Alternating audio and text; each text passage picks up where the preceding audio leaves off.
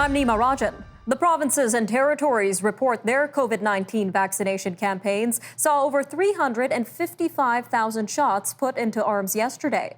A total of over 19.4 million jabs have been administered in Canada so far. Nearly 203,000 vaccine doses were delivered to the provinces yesterday as the federal government divvies up some earlier than expected arrivals from among 3.4 million Pfizer shots that were due in this week. Moderna is to deliver 1 million doses of its vaccine as well. Canada is expected to edge ahead of the United States today in at least one of the markers in the race to herd immunity against COVID-19. Almost 18 million Canadians have received at least one dose of a COVID-19 vaccine. By the end of the day, nearly 49% of all Canadians should have their first shot, which will be a percentage point ahead of the U.S. But we remain far behind the pack in the full vaccination race, with fewer than 4% of Canadians fully immunized.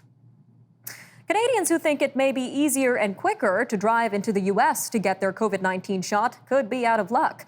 Unlike Health Canada, the U.S. Border Agency says it does not consider a vaccine an essential medical service for travel purposes. An agency spokesman says travel for the sole purpose of obtaining a vaccination is not permissible under current travel restrictions, and as a result, Canadian travelers have been denied entry. Canada's largest airlines have fresh hopes to kickstart their industry after being held back by COVID-19 restrictions. The National Airlines Council of Canada is renewing its call for a clear plan from the federal government on resuming international travel. The council's hope comes from the European Union, which announced a plan to allow fully vaccinated travelers to visit the 27-country bloc. Council President Mike McNanny praised the EU for its science-based approach and says the federal government should outline a similar plan. Experts dispute Prime Minister Justin Trudeau's view that Quebec can go ahead with its language reforms. Those reforms aim to make unilateral changes to the Canadian Constitution. Bill 96 seeks to amend the country's supreme law to enshrine Quebec's status as a nation and its official language as French. But experts say constitutional tweaks to language use require a parliamentary green light. They also warn against treating the pair of provisions as symbolic baubles on an unchanged Charter of Rights and Freedoms, highlighting potential legal implications from the Constitution on down. Federal Indigenous Services Minister Mark Miller doesn't think enough is being done to support mental wellness in Canada's Indigenous communities. He says he has been in touch with Northern Manitoba's Shamattawa First Nation and has offered to connect mental health specialists with the community following a recent suicide attempt by a 7-year-old child.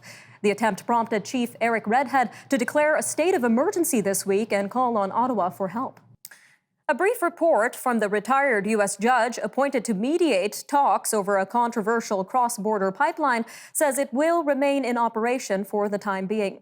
Enbridge's Line 5 pipeline has sparked a legal battle between the Calgary-based company and the state of Michigan. Proponents insist that it is a vital energy conduit, while Michigan's governor says it is an ecological disaster waiting to happen.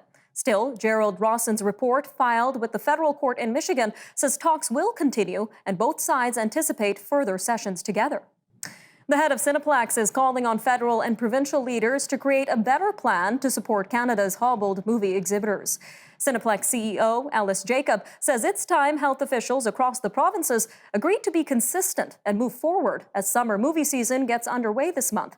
He says there is inconsistency playing out in Ontario and Quebec, two provinces that are taking divergent approaches. Most of Canada's theaters remain closed under current COVID-19 restrictions. The electric version of Ford's F-150 pickup looks much like its widely popular gas-powered version. Formally unveiled last night in Michigan, Ford is making a costly bet that buyers will embrace its new battery-powered F-150 Lightning truck and help transform how the world drives. The pickup will be able to travel up to 300 miles or 480 kilometers per battery charge, thanks to a frame designed to safely hold a huge lithium-ion battery that can power your house should the electricity go out. If it succeeds, it could speed America's transition away from petroleum burners. Meanwhile, electric vehicles gained a little traction last year in Canada. But a bigger boost could follow the introduction of new models, including Ford's F-150 Lightning truck that was officially unveiled last night. Electric vehicle sales are highly dependent on financial incentives. British Columbia has the highest share of new ZEV sales, with battery electric and plug-in hybrids accounting for 8.4% of overall sales. All right, stay with us. Up next, we take a look at a new ebook written by 6 public policy groups that aim to help Canada's economy out of the pandemic. An interview with Colin Craig, the president of secondstreet.org, coming up next. That and, of course, more news from around the world only on Forum Daily. Stay with us.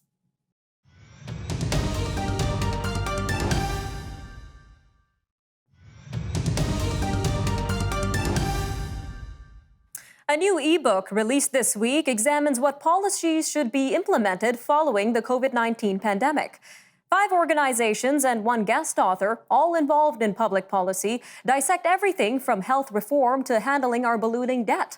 The Canadian Taxpayers Federation, the Montreal Economic Institute, the Justice Centre for Constitutional Freedoms, the Canadian Constitution Foundation, guest author Anthony Furey, and secondstreet.org look at how Canada has handled key issues during the pandemic and how it can find its way out through the growth of the economy. Well, joining us now to discuss this new ebook is Colin Craig, the president of secondstreet.org. Welcome back to Forum Daily, sir. Thanks for having me, Nima. So what led to the creation of this new ebook? I think really what we felt was that Canada is going to be facing a number of challenges once we get COVID under control. So the pandemic was obviously very difficult to handle, but we're not going to be out of the woods once we get the pandemic under control. So we thought what we would do is create a free ebook so that the public can learn more about some of the issues that we identified and potential solutions. And we mentioned 6 key topics are discussed in this ebook. Would you be able to tell us about these topics and why they are important to consider? Sure. So I think the first and most important one to think about is government finances. During the pandemic, they piled on huge amounts of debt. The federal government's debt has passed $1 trillion. So if you divide that by Canada's population, that's over $29,000 for every Canadian, and it's going to keep going up and up and up. So the important point to take home from that is that the cupboards are bare. Governments don't have any extra money laying around to handle the issues that they face. Canadians are going to be looking at probably tax hikes because of government debt continuing to increase. We're going to see government spending more money on interest costs, so there's less money for social programs. And we're probably going to see continued inflation because of the way that the government's borrowing that money. So that's the first thing to keep in mind is government finances. The most pressing public policy area for governments is our healthcare system. Simply put, it was stressed before COVID came along. Then COVID came along and governments postponed hundreds of thousands of surgeries and procedures. So now waiting lists have gotten even longer.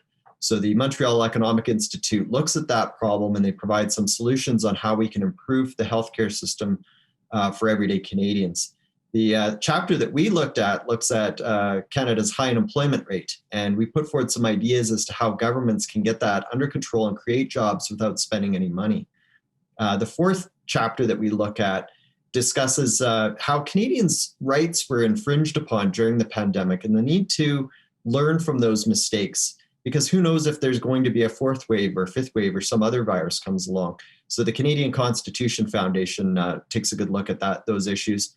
The Justice Centre for Constitutional Freedoms examines how governments often sidestep democratic processes during the pandemic and how that really wasn't reasonable or a good approach if you think about it from everyday Canadians' perspective. So they take a look at that issue. And then finally, a guest author, Anthony Furey, takes a look at the original plans that governments had for dealing with pandemics and how those compared with the actual plans that had been introduced and what we've seen over the past year and a bit now. So I guess the big question is, Mr. Craig, how has Canada's economy been impacted by this pandemic, and how long will it take us to bring us back to where we were? Well, that's a good question. I mean, at this point, everyone's just making their estimates. When you do the math and you look at sort of where the government thought the economy was going to grow before COVID occurred, and you compare that with what they're saying now, we took a dip because of COVID, and in the next few years, it looks like we could get back to roughly where they thought we would be. So all that to say, when you hear people talking about a boom, there's not really going to be a boom when you look at it over a longer period of time. We're largely just going to get back to where we probably would have been without a pandemic. So have you received any responses from any officials regarding the suggestions in this ebook, sir? Not yet. We just released it, but certainly we are making it available for all Canadians to look at. we've written in a way that you don't have to be an expert in healthcare policy. You don't have to be an expert in democratic processes either. It's meant for everyday Canadians to be able to digest. And certainly that includes elected officials, because we think there's some good ideas in there that can ultimately improve results for Canadians if they start to implement these different policy changes. All right, sir, about 30 seconds left, but where can people get this ebook? So each organization involved has made the ebook available for free on their respective websites. For us, that is secondstreet.org, all spelled out. People can go on there, download the ebook. And if they read it and they like it or have some constructive feedback, we're certainly all ears. So if people want to send us an email too, we'd love to hear what they think about the ideas. All right, perfect. Mr. Craig, thank you again for your time, and we'll be right back, everyone.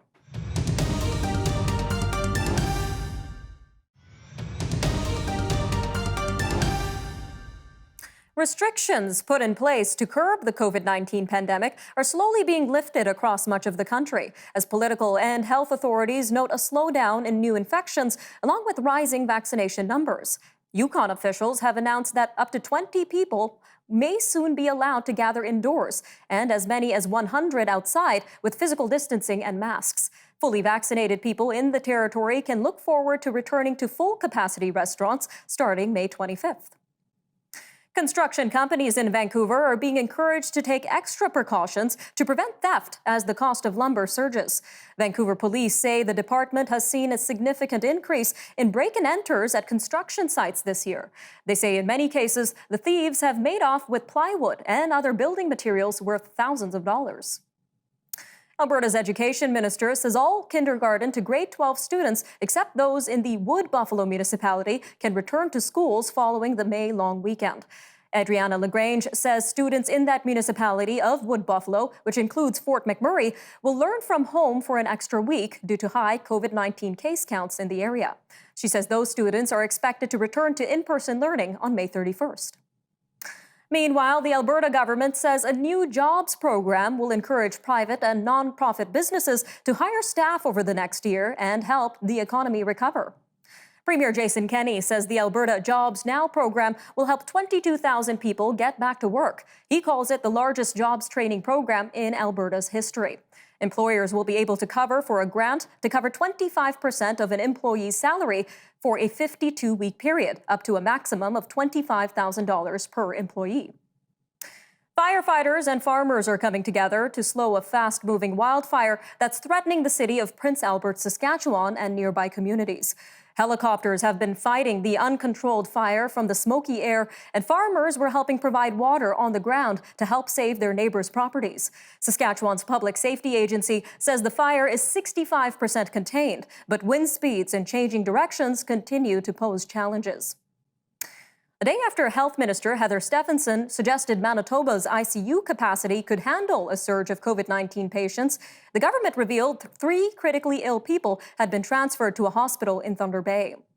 Shared Health announced yesterday that multiple days of hospital admissions placed extreme strain on healthcare staff. Minister Stefanson says whether more critically ill patients may be transferred will depend on whether the surge in hospital admissions continues. The president of the Ontario Hospital Association agrees it's time for Ontario to resume some surgeries and procedures after a month-long forced pause because of a surge in COVID-19 cases. But Anthony Dale says while the worst of the capacity crunch of the third wave appears to be over, hospitals are still not operating anywhere near normal. He says hospital officials may have to be creative to work through the surgical backlog, which could mean asking patients to travel to neighboring hospitals or even further away to access some surgeries. Toronto saw a record number of deaths related to opioid overdoses in 2020. Public health officials say data from the province's chief coroner showed there were 521 opioid overdose deaths in the city last year. They say that represents a 78% increase from 2019 and a 280% spike from 2015. Toronto Public Health says it remains concerned about the effects that the overdose crisis and the COVID-19 pandemic are having on people who use drugs. Researchers in Ontario are launching a study to assess the safety and effectiveness of COVID-19 vaccines for pregnant women and their babies. Dr. Duchesne Fell of CHEO Research Institute is leading the effort. She says the information will be provided as soon as it's available so women can make an informed choice about immunization. The probe is being conducted while another study in British Columbia is focusing on vaccination for pregnant and breastfeeding women. Each of the 4 Atlantic provinces reported new COVID-19 infections yesterday. And while Nova Scotia is keeping its daily count below last week's record numbers, the province hit a grim milestone with its 5,000th confirmed infection of this pandemic. Nova Scotia is extending its lockdown until at least the second week of June, and schools will remain closed to in-person learning for the rest of the academic year. Well, the number of suicides recorded in Nova Scotia in 2020 during the COVID-19 pandemic is the lowest since 2014. According to new government data, 120 people in Nova Scotia died by suicide in 2020. That's down from the 137 suicides reported in 2019. Dalhousie University psychology professor Simon Sherry says he figured suicides would have gone up during the pandemic, though he is glad he was wrong. He noted the numbers may not reflect a decrease in people struggling with mental health issues. Top international stories coming up after the break as Israel's offensive against Hamas continues. Meanwhile, the Texas governor signs a law on abortion, and Colonial Pipeline confirms paying a ransom to hackers. These stories and more coming up next.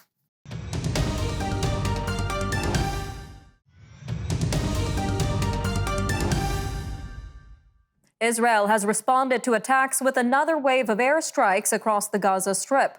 It pushed ahead today despite U.S. calls to wind down the offensive against Gaza's militant Hamas rulers, who have fired thousands of rockets at Israel over the past 10 days. Prime Minister Benjamin Netanyahu is facing mounting pressure from his country's closest ally.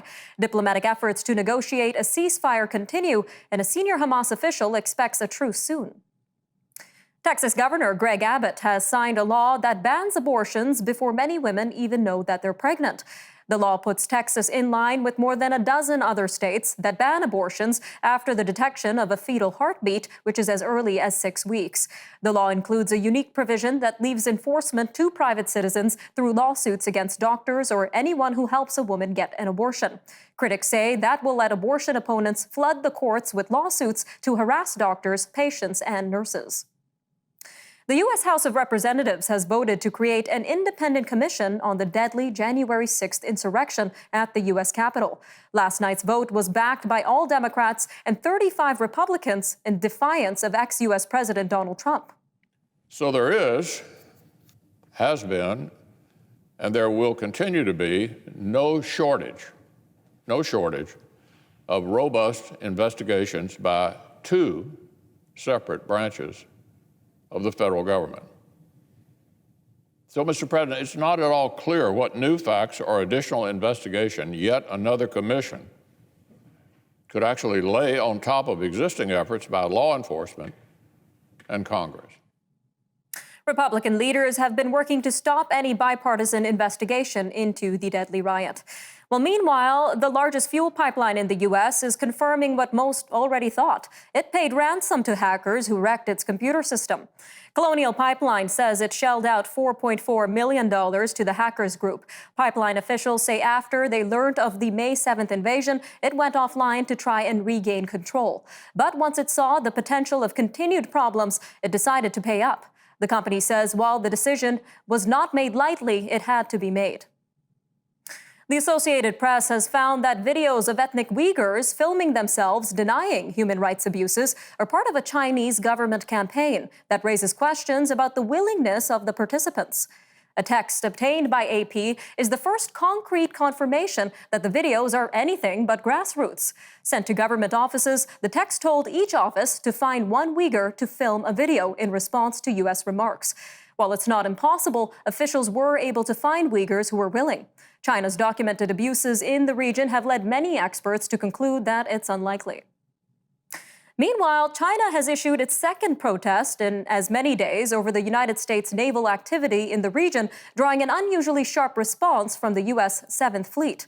It accused Beijing of attempting to assert illegitimate maritime rights at the expense of its neighbors and denied claims by the Chinese military that it expelled the USS Curtis Wilbur when it sailed close to the Paracel Island group in the South China Sea on Thursday. China accused the U.S. of acting unprofessional and irresponsible. Britain plans to bring the national rail network back under government control, reversing one of the most controversial elements of the privatization drive carried out by the conservative governments of the 1980s and 90s. Under plans announced on Thursday, the government will create a new entity known as Great British Railways that will own all railroad infrastructure, set most fares and schedules, collect ticket revenue, and run a single ticketing website. Private companies will continue to operate trains under contracts with the state. The price of the famously volatile digital currency Bitcoin fell nearly 30% at one point yesterday. It came after the China Banking Association warned member banks of the risks associated with digital currencies. The decline narrowed to below 10% in the afternoon, but Bitcoin had still lost about $70 billion in market value in 24 hours. The group representing Quebec's dairy industry has a goal to promote the identity of poutine. Cheese producer Luc Boivin believes the traditional dish of fries, cheese curds, and gravy is set to become the next big food trend, like hamburgers, tacos, and sushi. Mr. Boivin believes there's a huge opportunity in exporting the cheese curds, which are made primarily in Quebec. Poutine Nation author Sylvain Charlebois suggests rather than trademarking poutine, that Canada follow the lead of France, which is proposing to have the baguette recognized as an intangible cultural heritage symbol. All right, I'm Nima Rajan, and that'll do it for your look at national and international news for today. Remember, for news on demand, you could always visit our website, thenewsforum.ca, and be sure to follow us on our social media handles on Facebook, Instagram, and Twitter. You can also watch all our commentary programming on the News Forum YouTube channel. All right, thanks for joining us on the Forum Daily, and we'll see you next time. Take care, everyone.